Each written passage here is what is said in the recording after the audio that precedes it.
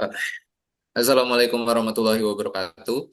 Perkenalkan kami dari kelompok 4 Machine Learning. Dengan saya di sini Zidan Aditya dengan nomor NIM 086 dan teman-teman saya akan memperkenalkan dirinya masing-masing. Silakan. Saya Aryan Dava Pratawayudi dengan NIM 104.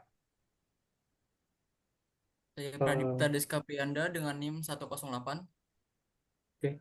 Saya dengan Hadian Nadira Perdana dengan NIM 085. Saya Fadlu Rahman atau Frapiadi dengan NIM 102. Dan kami di sini kelompok 4 ingin membawakan sebuah proyek machine learning yang berjudul Deteksi Hoax dan Ujaran Kebencian. Yang dimana di era digital yang penuh dengan informasi, kepercayaan adalah sebuah mata uang yang paling berharga. Platform media sosial perusahaan berita dan pemerintah menghadapi tantangan besar dalam menangani misinformasi serta ujaran kebencian yang dapat merusak reputasi dan menimbulkan konsekuensi hukum.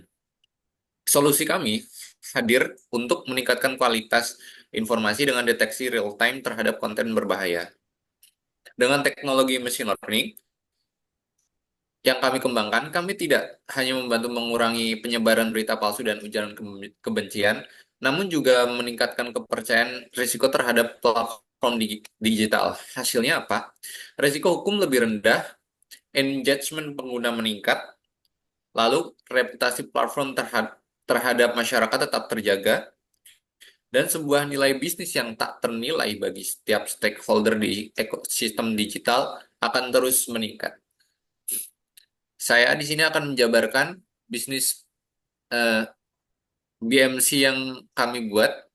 Yang pertama dari data source, yang mana kita menggunakan raw data yang biasanya diambil dari dataset X atau Twitter dan precision database yang dapat dihimpun dari dataset publik seperti Headbase, Fake Newsnet, dan lain sebagainya.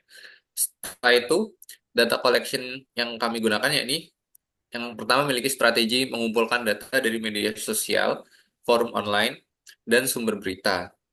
Selanjutnya, continuous update, yaitu memperbarui dataset dengan data baru secara berkala.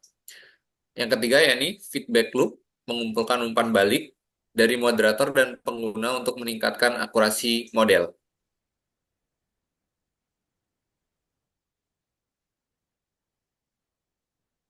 Baik, selanjutnya untuk value proportion atau manfaat yang dapat atau kami bisa berikan dengan machine learning anti hoax kami, yaitu diantaranya yang pertama end user, di mana platform media sosial, perusahaan berita dan pemerintah.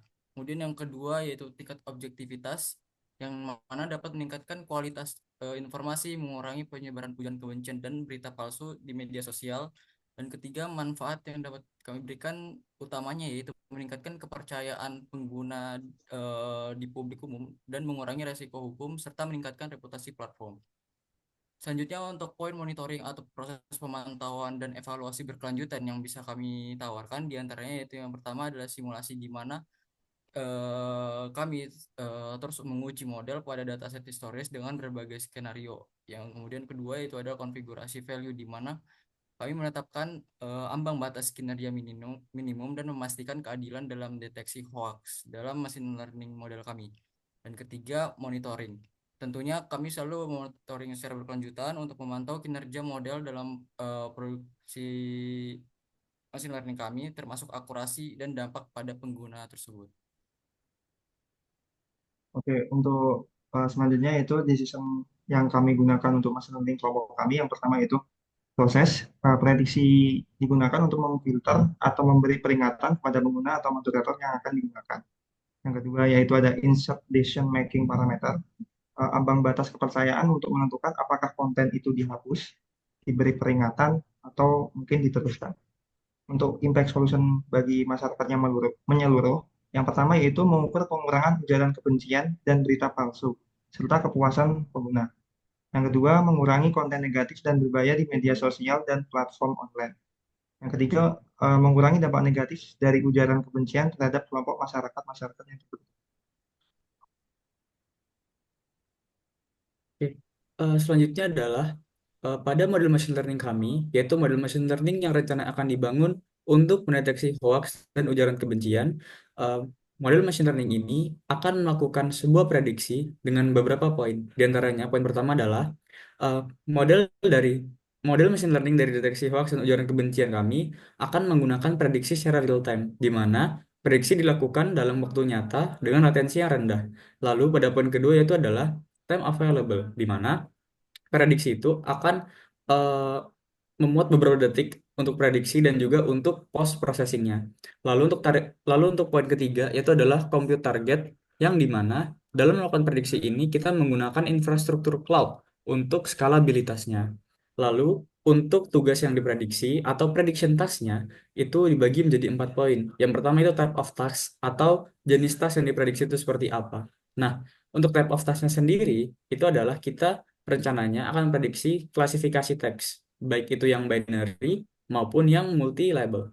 Lalu yang kedua yaitu input object, di mana kami menginputkan teks dari media sosial seperti tadi yang telah diungkapkan oleh rekan saya, yaitu adalah salah satunya data dari media sosial X, di mana di media sosial X ini terdapat banyak sekali eh, berita-berita, entah yang hoax ataupun yang tidak, maupun banyak sekali cuitan-cuitan yang terkadang dapat mengandung ujaran kebencian. Jadi, kita juga akan menggunakan teks dari media sosial, artikel berita, atau komentar online.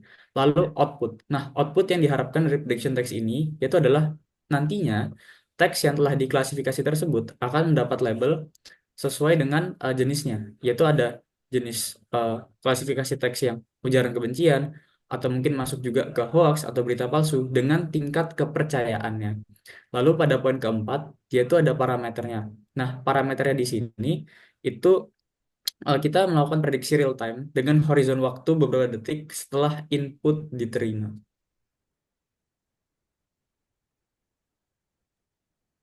Baik, selanjutnya ada membangun model. Dengan number of model, kami akan memilih beberapa model untuk membandingkan kinerja yang paling tertinggi dari model dalam mendeteksi hoax dan ujaran kebencian. Model yang digunakan berbasis NLP dan deep learning.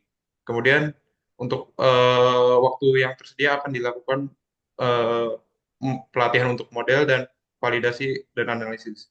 Selanjutnya untuk features ada input representation terdiri dari fitur teks seperti n-gram, embedding kata, metadata, dan tokenization.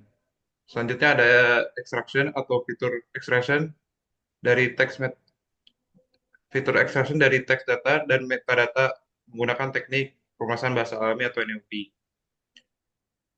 Baik, sekian dari kelompok kami tentang deteksi machine learning canvas, deteksi hoax dan ujaran kebencian dari kelompok 4. Wassalamualaikum warahmatullahi wabarakatuh.